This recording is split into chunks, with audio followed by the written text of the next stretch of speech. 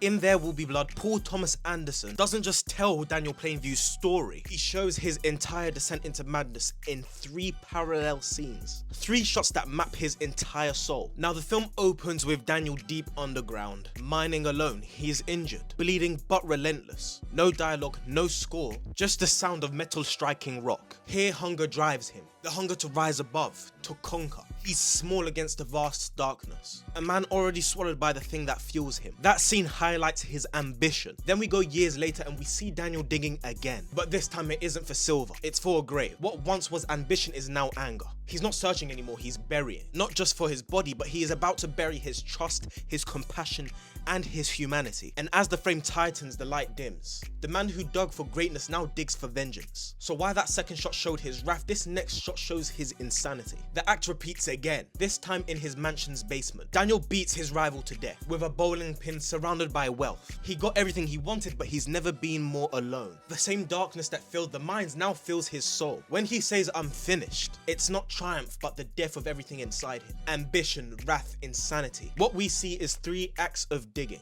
3 stages of corruption. And what the brilliance is here is Paul Thomas Anderson visualizes an entire arc not through words, but through repetition. Each descent takes Daniel deeper into the earth and ultimately into himself. There Will Be Blood is a masterful film and one of my favorite films of all time. But for me, it's interesting how these 3 scenes represent the beginning, middle, and end of the film.